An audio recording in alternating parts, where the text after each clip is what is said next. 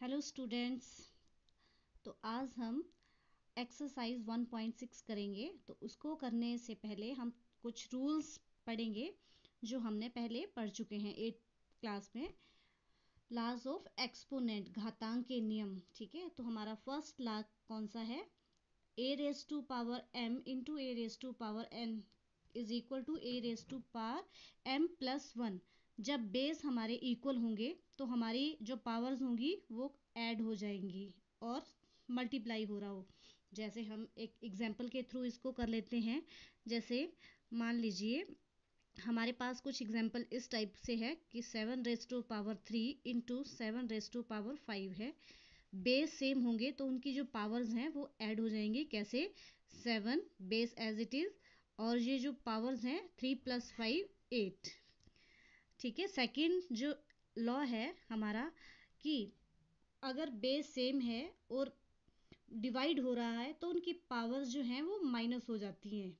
ठीक है, बीच में डिवीजन का साइन आ रहा हो तो इसके लिए एग्जांपल जैसे 5 raise to the power 4 divide 5 raise to power 2 है। इस टाइप का कोई क्वेश्चन आता है तो उसको हम कैसे सॉल्व करेंगे? बेस सेम है, डिवीजन हो रही है तो हमारी पावर्स माइनस हो जाएंगी। तो 5 raise to power 4 minus 2 is equal to 5 raise to the power 2।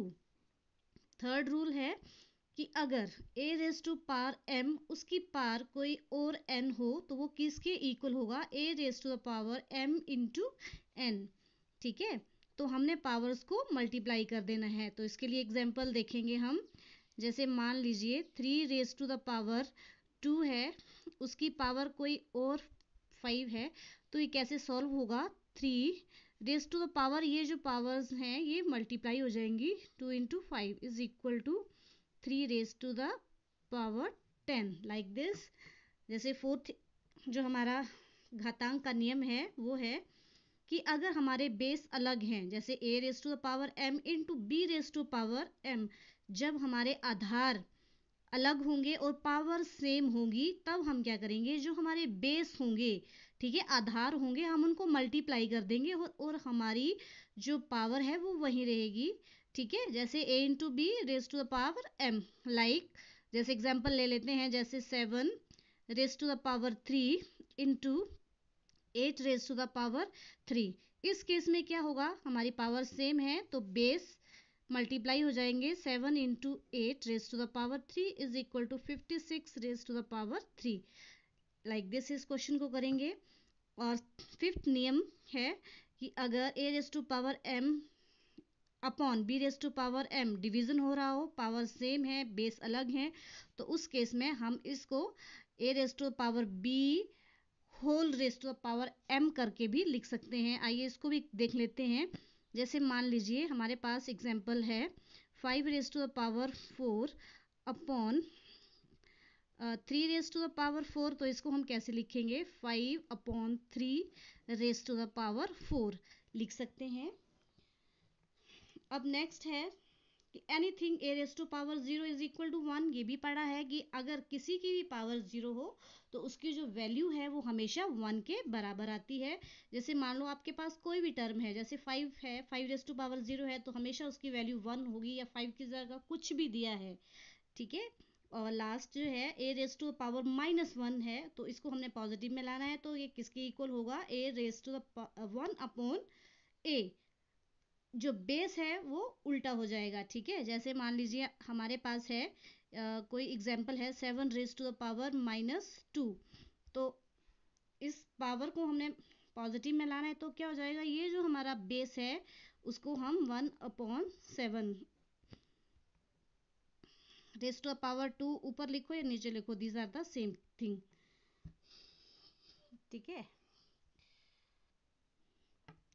Exercise 1.6 का first question, find these 3 parts. तो हमने इनको सॉल्व करना है। जैसे फर्स्ट क्वेश्चन है 64 raise to the power half. तो इसको हम कैसे करेंगे? First question 64 raise to the power 1/2।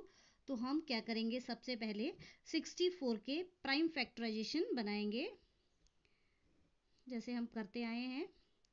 तो क्या होगा? इसको 2 सबसे पहले 2 के साथ 32 टू द 64, फिर 2 के साथ जाएगा 16, 2, 8 to the 16, 2 4 are 8 and 2 2 are 4, 2 1 are 2।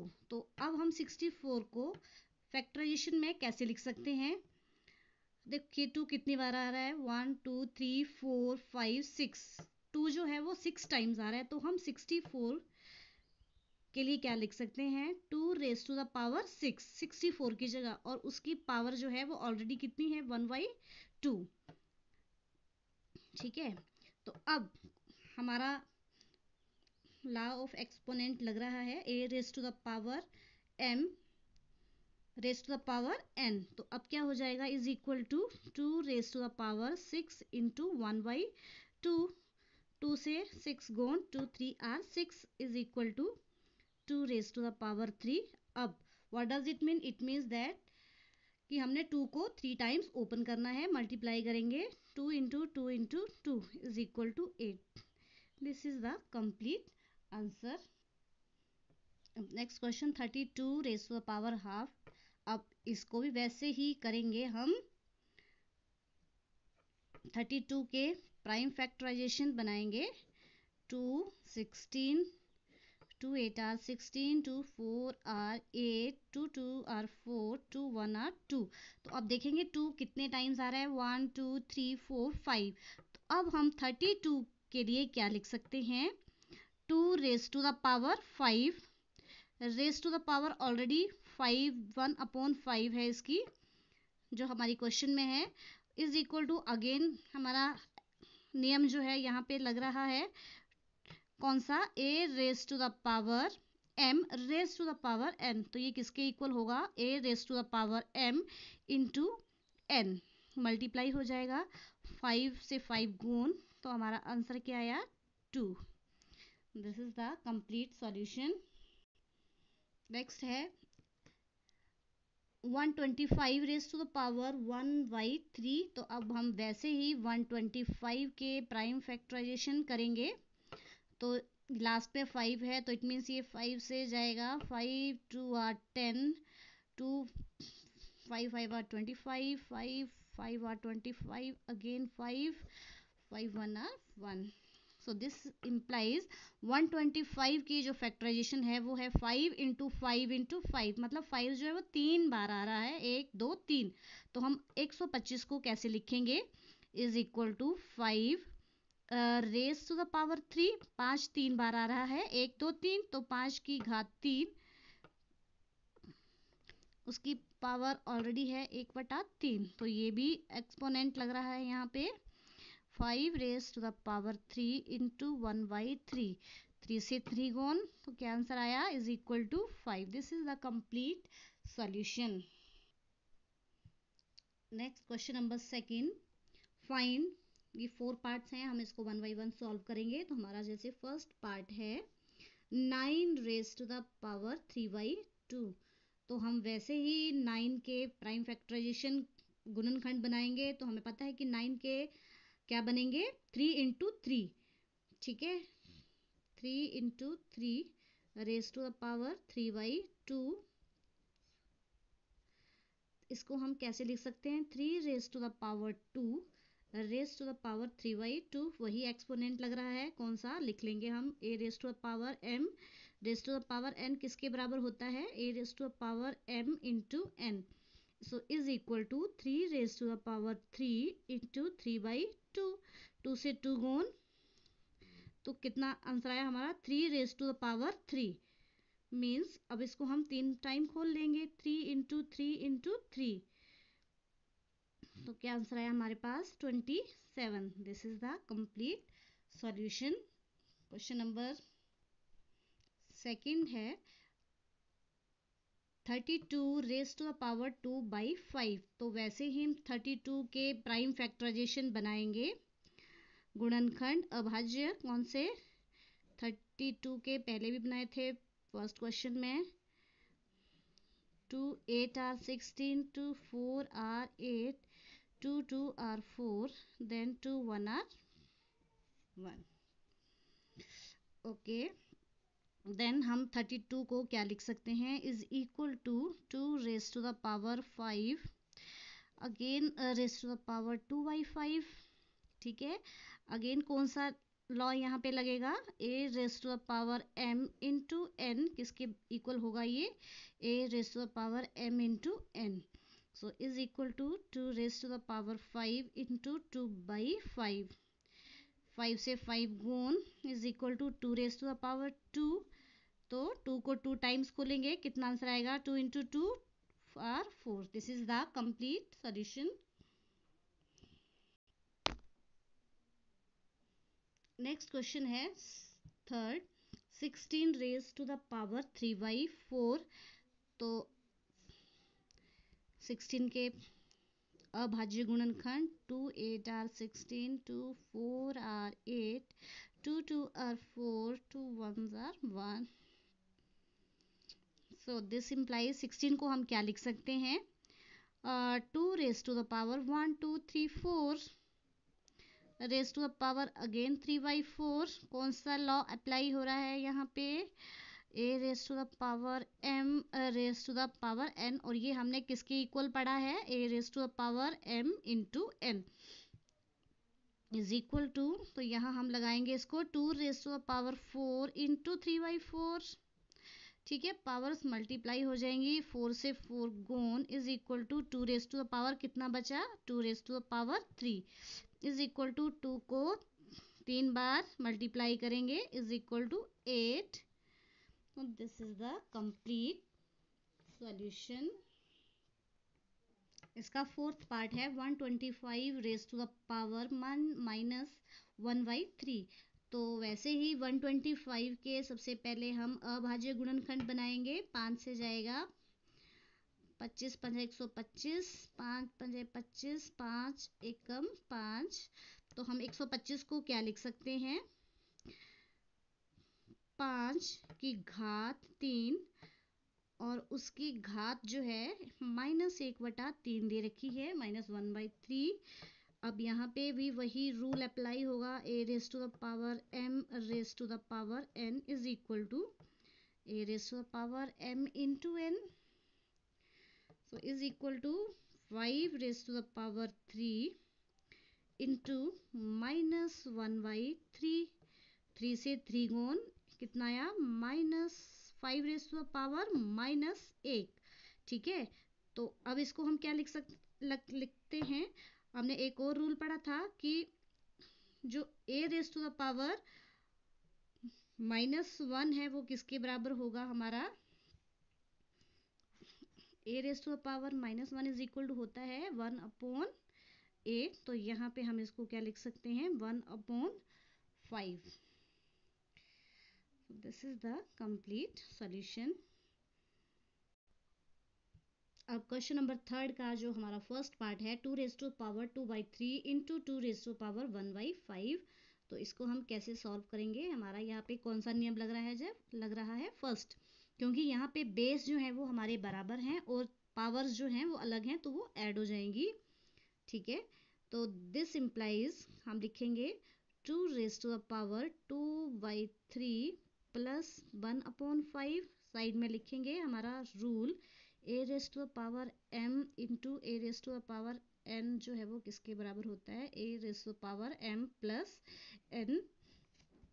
अब देखिए 2 रेज टू पावर 2/3 प्लस 1/5 है, तो ये कैसे सॉल्व होगा, ये सिंपल सॉल्व नहीं होगा, हमने इसका एलसीएम लेंगे।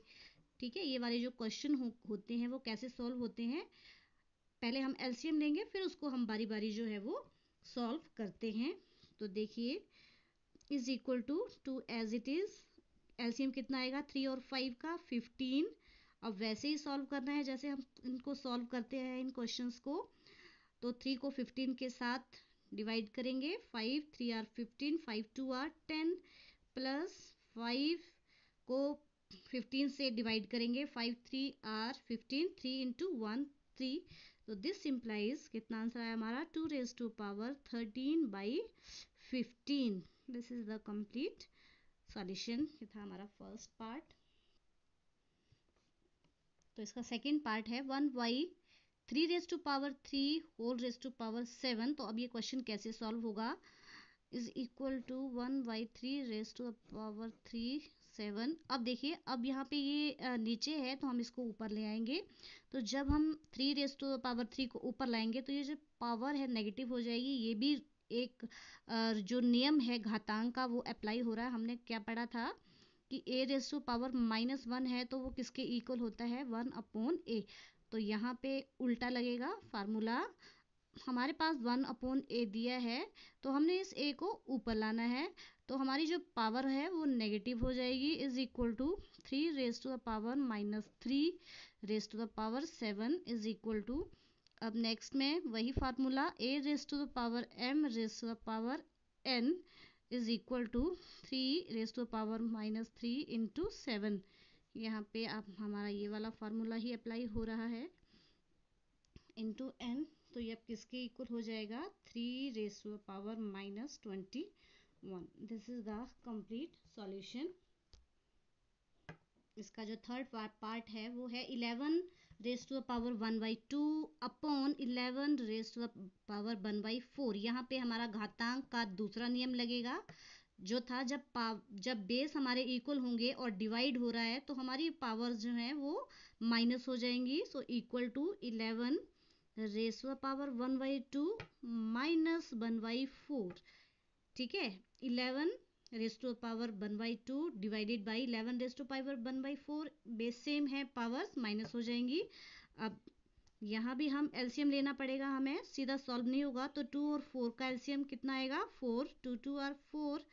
तो दिस इम्प्लाइज डिवाइड करेंगे 2 को 4 के साथ, एलसीएम के साथ। 2 2 आर 4, 2 1 आर 2, माइनस 4 से 4 1 आया तो ऊपर भी 1 है, मल्टीप्लाई करके 1 आ जाएगा, इज इक्वल टू 11⁻1/4।